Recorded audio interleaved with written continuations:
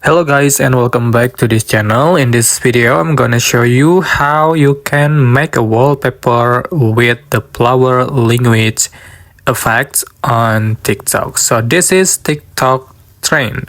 After you open the TikTok apps, just click add button like you want to make a content.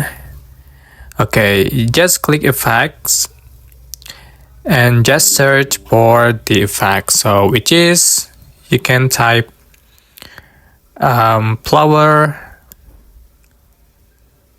language and appears two option.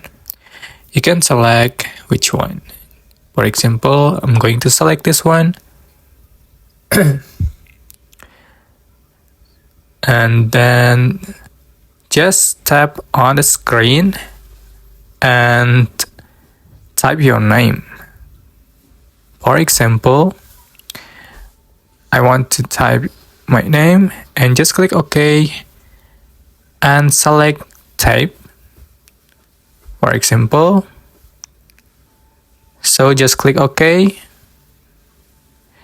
and just click on the camera button and you can download the result or you can post to your TikTok. So that's how you can make wallpaper with the flowering with effects. I hope this tutorial was helpful for you. Don't forget to like, comment, share, and also subscribe. Thank you so much for watching.